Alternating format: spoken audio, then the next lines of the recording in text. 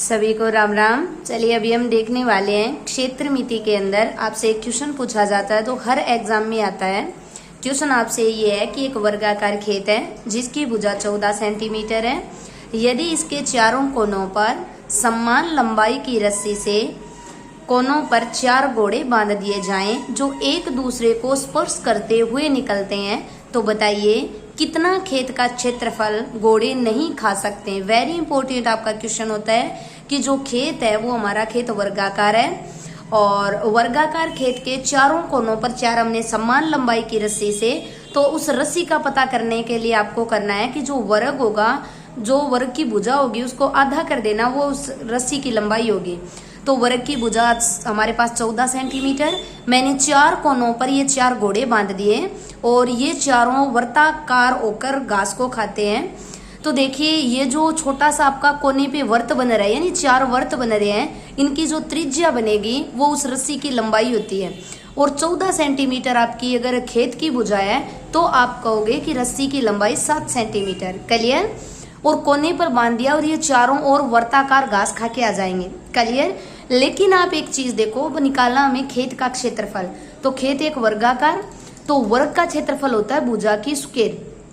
तो मैंने वर्ग का क्षेत्रफल निकाल लिया, तो भुजा 14 की स्क्वायर बन गई 196। यहाँ तक क्लियर? अब चलिए गोड़ों द्वारा खाया जाने वाला क्षेत्र, यानी गोड़े हमारे खेत का कितना क्षेत्र खा लेंगे। तो आप देखो वर्त तो 4 बन रहे हैं, पर हमारे खेत का देखो प्रत्येक वर्त एक आपका जो त्रिज्या खंड है वो इतना ही खा रहा है। तो इन चारों को त्रिज्या खंड को अगर मैं मिला दूं, देखिए आपका ये जो आपके खेत के अंदर वाला हिस्सा जो खा रहे हैं वो अगर चारों मिला दूं तो पूरा एक वर्त बन जाएगा, वो एक गोला बन जाएगा पूरा का पूरा। ठीक है? तो भाई वर्ताकार घास इन्होंने खा लिया, तो वर्त का क्षेत्रफल होता है पाई आर स्क्वायर। तो पाई की वैल्यू 22/7, आर आपकी होगी जो रस्सी की लंबाई है 7 गुणा में 7, एक 7 से कैंसिल कर दीजिए, 22 का 7 से गुणा किया 154, यानी गोड़ों ने हमारे खेत का क्षेत्रफल 154 वर्ग सेंटीमीटर खा लिया। क्लियर?